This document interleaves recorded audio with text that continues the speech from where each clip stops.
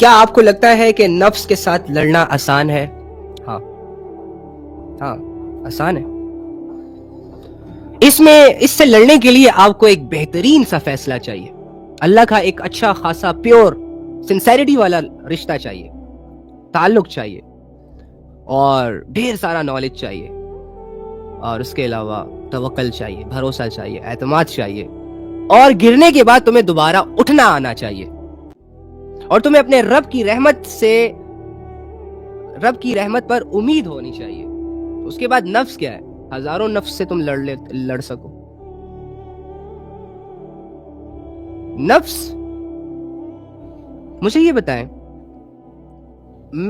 میرا جسم ٹھیک ہے، میرے اندر میری فیلنگز، میری سوچ، ہر چیز میرے سامنے ہے نا. نفس کوئی مجھے پیچھے سے تو اٹیک نہیں کرتا، ریالٹیز کوئی چھپا کے میرے سامنے تو نہیں آتا. نفس کو بیوقوف بنانے کے لیے کسی دوسرے کی مدد کی ضرورت تو نہیں ہوتی. جو کچھ چل رہا ہوتا ہے میرے اور نفس کے درمیان، سب کچھ میرے سامنے ہی ہوتا ہے نا. میں کب گرتا ہوں، میں کب ہارتا ہوں اپنے نفس سے؟ جب میرا نفس مجھ سے زیادہ طاقتور ہو. اور نفس کو طاقتور بناتا کون ہے؟ نفس کس کے ہاتھوں طاقتور بنتا ہے؟ میرے اعمال کے ذریعے سے. بار بار گناہ کر کے نفس کو میں وہ خوراک دے رہا ہوں کہ جس سے وہ موٹا ہو، تازہ ہو، ہٹا کٹا جانور بنے، اور پھر مجھے ایک ہی وار سے مجھے گرا دے. نفس کو پالنا میرے اختیار میں دیا گیا نا، میں تو نفس کے کنٹرول میں نہیں ہوں.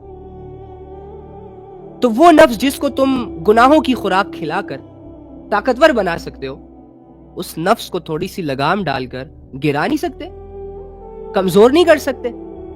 وہی بات نا، والذین جاہدوا فینا لنہدینہم سبلنا. اللہ یہی تو چاہتا ہے کہ انسان سٹرگل کرے میرے لیے، ایفرٹ پٹ کرے، مشکل فیصلے کرے، امپاسبل کو پاسبل بنانے کے لیے نکل پڑے، مجاہدہ کرے. اور مجاہدہ کب ہوگا؟ جب آپ کا دشمن جو ہے وہ ویک ہوگا، یا آپ کا کوئی دشمن نہیں ہوگا.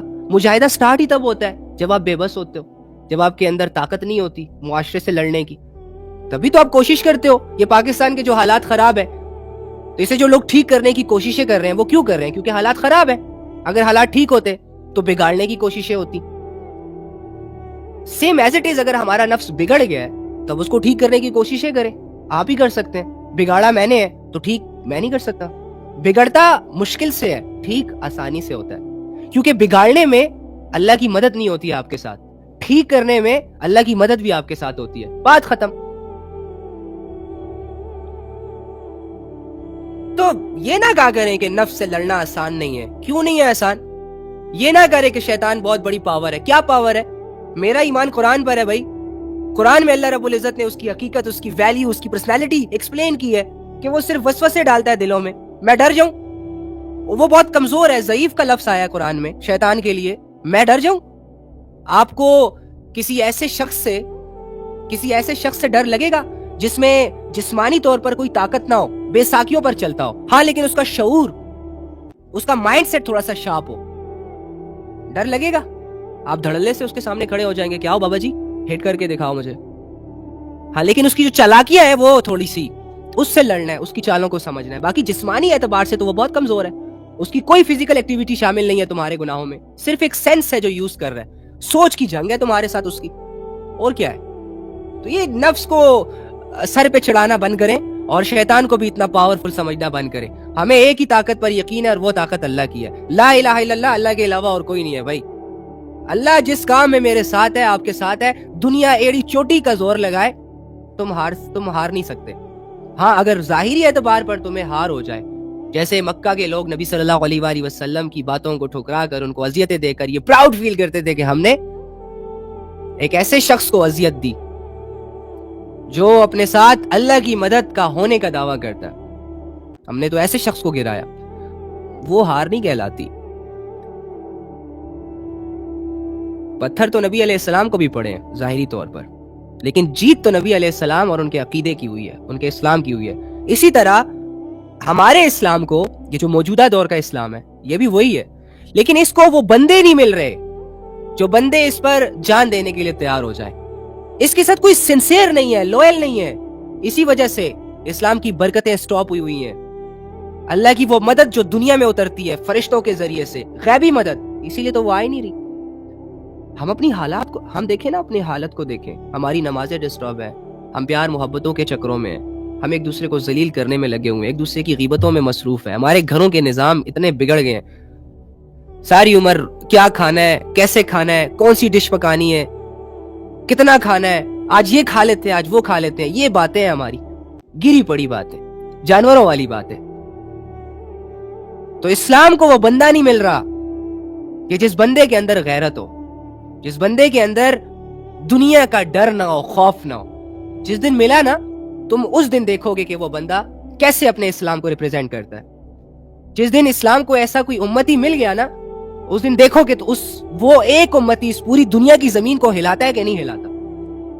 ہم خود اپنی کمزوریوں کے ساتھ لے کر خوش ہیں، جی رہے ہیں، گناہوں کو دن بہ دن نحوستوں میں منہ مار رہے ہیں اور کہہ رہے ہیں کہ اللہ کی مدد نہیں آ رہی، یہ ہو رہا ہے، وہ ہو رہا ہے. بھاڑ میں جائے یار یہ ساری دنیا اور یہ ساری سوچ. ہم خود ٹھیک نہیں ہیں. حالت تو اپنی حالت دیکھو نا. میں تو اپنی حالت سے پیچھے نہیں ہوں، مجھے تو میری حالت نظر آتی ہے.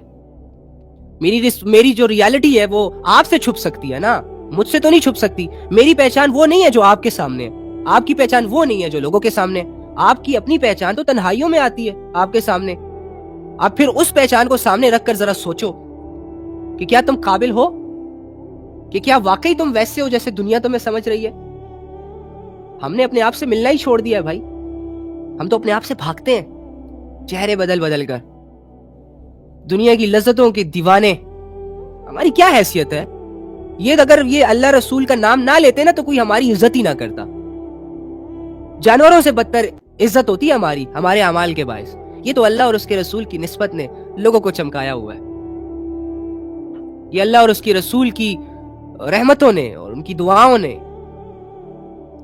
ہماری اصلیت کو چھپا کے رکھا ہوا ہے. ہمارے اعمال ایسے ہیں نا کہ اگر نبی علیہ السلام کی دعائیں نہ ہوتی نا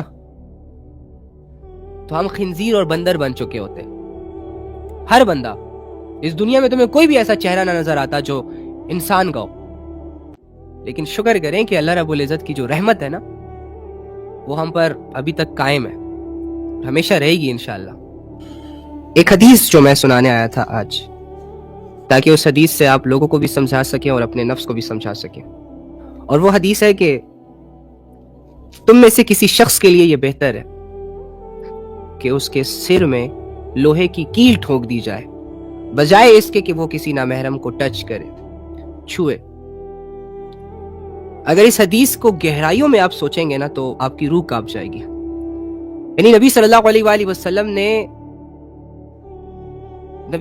وآلہ وسلم کی نظروں میں، اللہ رب العزت کی نظروں میں یہ کتنا سینسٹیو معاملہ ہے. نامحرم سے بات کرنا اور نامحرموں سے تعلقات کریٹ کرنا، اپنی ڈیزائرز کو غلط طریقوں سے پورا کرنا، ناجائز اور حرام تعلقات کو مینٹین رکھنا. اللہ نے تو کلیئرلی کہا ہوا ہے نا وَلَا تَقْرَبُوا الزِّنَا، کہ زنا کے قریب مت جاؤ. ان سورسز کو مت اپلائی کرو اپنی زندگی میں جو آپ کو زنا کے قریب لے جائیں. ان راستوں کو بھی نہ اختیار کرو جو آپ کو زنا کے قریب لے جائیں. اور ہر اس چیز سے دور ہو جاؤ جو آپ کو، ہر اس چیز کے قریب نہ جاؤ جو آپ کو زنا کے قریب لے جا سکتے ہیں. جیسے کہ شروع میں ایک لڑکا اور ایک لڑکی نمبر ایکسچینج کرتے ہیں، پھر ایک دوسرے سے بات ہوتی ہے، لیٹ نائٹ تک بات چلی جاتی ہے، پھر پرسنل انفارمیشن شیئر ہوتی ہیں، عادتاً بات کی جاتی ہے، ملا جاتا ہے، اور کرتے کرتے پتہ نہیں وہ کہاں سے کہاں چلے جاتے ہیں. ایٹ دی اینڈ 5 یا پھر 2-4 دنوں کے بعد ان سے وہ چیز سرزد ہو جاتی ہے جو شیطان چاہ رہا ہوتا ہے، اور وہ ایسا فیصلہ کر گزرتے ہیں جس سے ان کے ایمان کو اچھا خاصا ٹھیس پہنچتا ہے. تو اللہ رب العزت نے منع فرمایا ہے ایسی چیزوں سے، یعنی کہ وَلَا تَقْرَبُوا الزِّنَا، زنا کے قریب مت جاؤ. اور نبی صلی اللہ علیہ وآلہ وسلم کی حدیث سے ہمیں یہ پتہ چلتا ہے کہ نبی صلی اللہ علیہ وآلہ وسلم اور اللہ دونوں اس چیز کو ناپسند فرماتے ہیں، اور انتہائی سختی سے منع کیا گیا ہمیں کہ تم میں سے کسی شخص کے لیے یہ بہتر ہے کہ اس کے سر میں کیل ٹھوک دی جائے، لیکن یہ جائز نہیں ہے کہ وہ کسی نامحرم کو ٹچ کرے، چھوئے، وداؤٹ اینی ریزن، لذت کو سامنے رکھ کر. نامحرم کو، جن سے آپ کا کوئی رشتہ نہ ہو، جن سے آپ کی کوئی جان پہچان نہ ہو. تو اس حدیث میں موجود وہ سینسٹیوٹی اگر ہمیں سمجھ آ جائے، وہ ہلاکت اگر ہمیں سمجھ آ جائے کہ ایک انسان کو کدھر سے جا کے سمجھایا گیا، تو یقیناً ہمیں اس گناہ سے پیچھے ہونا ہمارے لیے آسان ہو جائے گا. یقیناً ہم اپنے آپ کو محفوظ رکھیں گے. یقیناً ہم کسی کی میٹھی میٹھی باتوں میں نہیں آئیں گے.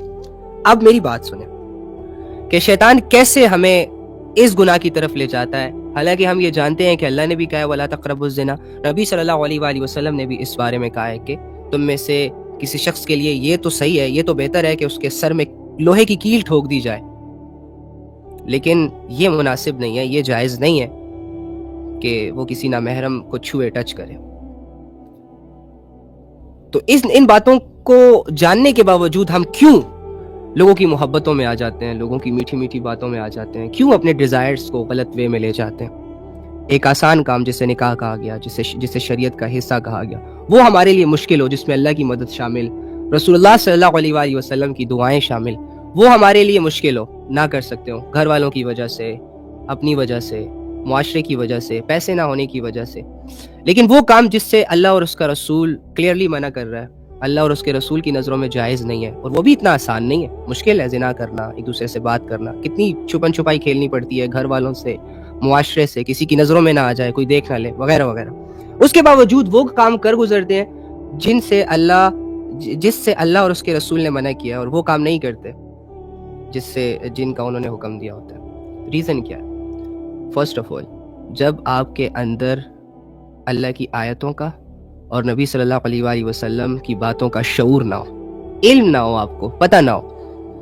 اب جیسے کہ یہ ایک حدیث اور ایک آیت اگر آپ کو پتہ نہیں ہوگی تو ڈیفینیٹلی آپ شیطان کے وسوسے سے لڑ نہیں پائیں گے، آپ کے پاس کوئی اپنا اوپینین نہیں ہوگا جو آپ شیطان کے وسوسے کے سامنے رکھ سکیں۔ یہ اللہ کی آیتوں نے آپ کو شعور دیا، نبی صلی اللہ علیہ وآلہ وسلم کی حدیث نے آپ کو شعور دیا اور بتایا ہے، واضح کرنے کی کوشش کی گئی ہے، بلکہ واضح کیا ہے کہ زنا، اس کی طرف لے جانے والے اسباب، وہ راستے جو ہمیں زنا کی طرف لے جائے، unnecessary talks، ایک دوسرے سے بات کرنا، ایک دوسرے سے ڈیٹ، ایک دوسرے کو دیکھنا، ایک دوسرے کو سننا، ایک دوسرے سے ڈیٹ کرنا، یہ ساری چیزیں آپ کی تباہی ہیں۔ تو نبی صلی اللہ علیہ وآلہ وسلم کی باتوں سے ہمیں اتنا اچھا شعور ملتا ہے۔ جب یہ شعور نہیں ہوتا تبھی جا کے شیطان ایزیلی آتا ہے اور ایزی وے میں ہمیں گمراہ کر کے لے جاتا ہے۔ اسی لیے میں آپ کو کہتا ہوں کہ نالج گین کریں، اسی لیے میں آپ کو کہتا ہوں کہ اللہ اور اس کے رسول کے احکامات کو پڑھ لیں، باقی عمل نہ کرنا اور کرنا وہ بات کے فیصلے ہیں، لیکن جانے تو صحیح، پڑھے تو صحیح۔ بونوں کی طرح زندگی، ان ایجوکیٹڈ اور جاہلوں کی طرح زندگی نہ گزارے، کیونکہ علم وہ راستہ ہے جو جنت کے راستے کو آسان کرتا ہے۔ علم ایک روشنی ہے جو اندھیروں میں آپ کا ساتھ دیتی ہے۔ قرآن کی آیتیں آپ کو اندھیروں سے نکالیں گی۔ اللہ تعالیٰ جو قرآن کا ایک ترجمہ ہے آیت کا، سورہ حدید کا، کہ وہ اللہ ہی ہے جو اپنے بندوں پر هو الذی ينزل على عبده آیات بینات لیخرجکم من الظلمات الى النور، کہ وہ اللہ ہی ہے جو اپنے بندوں پر کھلی کھلی آیتیں نازل کرتا ہے، آسان بات ہے، واضح، جس میں کوئی ڈاؤٹ نہ ہو، جو حقیقت پر مبنی باتوں کو نازل کرتا ہے، ان کو بتاتا ہے، ان تک پہنچاتا ہے۔ کیوں؟ تاکہ وہ ان کو ظلمات، اندھیروں سے نکال کر روشنیوں میں لے آئے، شیطانی وسوسوں سے نکال کر روحانیت میں لے آئے، کنفیوژنس میں نکال کر دنیا کے سکوپ اور ڈاؤٹس، اسپیشلی وہ سکوپ جو انسان کو جہنم کی طرف لے جاتے ہیں، ان سکوپ سے بچا کر آخرت کے یقین کی طرف لے آئے۔ تو اللہ اور اس کے رسول پر یقین کریں، آپ کی زندگی بہت اچھی گزرے گی۔ اللہ اور اس کے رسول کی بات مانیں، انشاءاللہ آپ کی آگے کی زندگی ضائع ہونے سے بچ جائے گی۔ اب تک کی زندگی اگر وہ ضائع ہوئی ہے نا تو وہ اسی لیے ہوئی ہے کہ آپ کی زندگی میں اللہ ویسے نہیں تھا جیسے کہ ہونا چاہیے، آپ نے اللہ کی اس طرح بات نہیں مانی ہوگی جس طرح کے ماننے کا حق ہے۔ آج کے بعد اب اللہ کی بات مانیں، پھر دیکھیں 2 سال کے بعد اگر کوئی آپ سے یہ سوال کرے گا نا کہ تم 2 سالوں سے اللہ رب العزت کی بات مان رہے ہو، کیا فائدہ ہوا تمہیں، تو تمہارا ضمیر تمہیں اندر سے سیٹسفائیڈ کر کے یہ آنسر دے گا کہ نو، ان کی نظروں میں تو بھولا ہے، ان کی نظروں میں تو پاگل ہے، مجنون ہے، لیکن تو نے 2 سال جو اللہ کے ساتھ گزارے وہ تیری جیت ہے۔ ان لمحوں کو تو یہ نہیں کہہ سکتا کہ یہ لمحے، یہ دن، یہ رات ضائع ہو چکے۔ تو اطمینان تو اسے ہی کہا جاتا ہے جو انسان کو اندر سے موصول ہو رہا ہو۔ ظاہری چیزیں اور ظاہری لوگ تو ہمیں اطمینان کے حوالے نہیں کر سکتے، تو اپنے آپ کو مطمئن کرنے کے لیے آپ کو ضروری ہے کہ اللہ سے جڑ جائیں۔ زندگی ضائع ہو رہی ہے، میں جانتا ہوں کہ ہم پرفیکٹ نہیں ہیں، ہم پرفیکٹ مسلمان نہیں بن سکتے، مومن نہیں بن سکتے، لیکن اس کی کوشش تو کر سکتے ہیں۔ ہم کوشش سٹارٹ کریں گے، آنے والی نسلیں بن بھی جائیں گی۔ ہم ویسے نہیں مرتے نا جیسے ہمارے بڑے مر گئے، جہالت میں، دنیا کے کلچرز میں، دنیا کی باتوں میں۔ ہمیں ان کی موت سے اپنے لیے اچھے فیصلے کرنے چاہیے تھے کہ میرا دادا پر دادا پتہ نہیں کون تھا، کیسی زندگی وہ گزار کر گیا، چلو میرے پاس یہ اتھارٹی آئی ہے، میرے پاس وہ شعور آیا ہے کہ جس شعور کے استعمال سے میں اپنی آخرت کے لیے، اپنے آنے والی نسلوں کے لیے بہتر فیصلے کر سکتا ہوں، تو میں اس شعور کا استعمال کیوں نہیں کر رہا؟ کیا آپ اچھائی اور برائی کو نہیں جانتے؟ کیا آپ کے سامنے قرآن کو کھول کھول کر بیان نہیں کیا جا رہا؟ کیا آپ کو اس دور میں اللہ رب العزت کی وحی نہیں پہنچ رہی ہے نا؟ ایکسپٹ کرو اور آنے والی نسلوں کا بہتر سوچو. آپ تو مر جاؤ گے. ہاں اگر آپ زنا کے شوقین ہیں تو زنا کرتے کرتے مر جاؤ گے. ہاں اگر آپ کلبوں کے شوقین ہیں تو کلبوں میں ناچتے ناچتے مر جاؤ گے. ہاں اگر آپ دنیا پرست ہے تو دنیا کی پرستش کرتے کرتے مر جاؤ گے. مرنا تو ہے، اور یہ 2-4 نسلوں کے بعد تمہارا نام بھی کوئی نہیں لے گا. لیکن اگر آپ اللہ والے ہو نا، اگر آپ نے اپنا تعلق اپنے اللہ سے جوڑ لیا اور آپ نے اپنی زندگی اللہ کے ساتھ گزارنا شروع کر دی ابھی سے، تو انشاءاللہ اللہ رب تم تو چلے جاؤ گے اس دنیا سے کچھ نمازیں پڑھ کر، کچھ دعائیں کر کے، تھوڑا سا اللہ کے سامنے رو کر، تھوڑی سی برداشت اور تھوڑا سا صبر کر کے، لیکن آنے والی نسلوں میں اللہ تمہیں زندہ رکھے گا. فیصلے آپ نے کرنے ہیں بھائی، ہم فیصلہ نہیں کر رہے.